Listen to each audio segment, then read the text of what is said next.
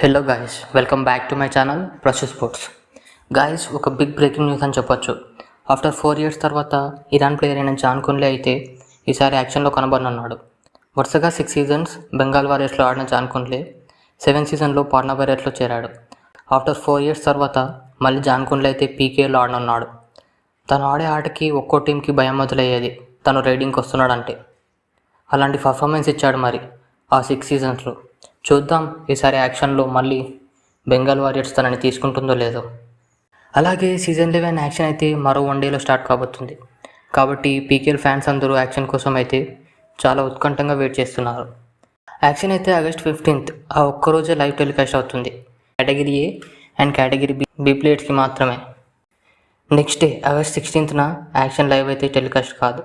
కాబట్టి మన ఛానల్ని సబ్స్క్రైబ్ చేసుకొని బెల్ని అయితే ఆన్లో పెట్టుకోండి.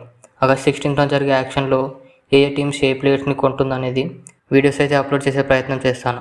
కాబట్టి మీరైతే మన ఛానల్ని సబ్స్క్రైబ్ చేసుకొని బెల్ని ఆన్లో పెట్టుకోండి. అలాగే యాక్షన్ అయితే ముంబైలో జరగనుంది. యాక్షన్లో ముందుగా ఫారెన్ ప్లేయర్స్ అయితే యాక్షన్లోకి వస్తారు. ఫారెన్ ప్లేయర్స్ అయిపోయిన తర్వాత మన ఇండియన్ ప్లేయర్స్ అయితే యాక్షన్లోకి వస్తారు. ముందుగా ఆల్రౌండర్స్ అయితే యాక్షన్లోకి వస్తారు. ఆ తర్వాత డిఫెండర్స్ అండ్ ఆ తర్వాత రైడర్స్ అయితే యాక్షన్లోకి వస్తారు.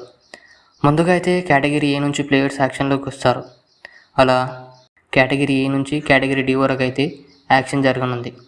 కేటగిరీ ఏ నుంచి అయితే ముందుగా స్ట్రాంగ్ ఆల్రౌండర్ అయిన మహమ్మద్ రిజా షెదులు అయితే యాక్షన్లోకి వస్తాడు. చూడాలి మరి రిజాని ఏ టీం తీసుకుంటుందో.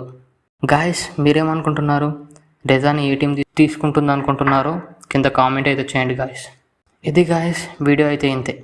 వీడియోని అయితే లైక్ చేసి ఛానల్ని అయితే మర్చిపోకుండా సబ్స్క్రైబ్ చేసుకోండి. నెక్స్ట్ వీడియోలో మరో కంటెంట్తో మళ్ళీ కలుద్దాం.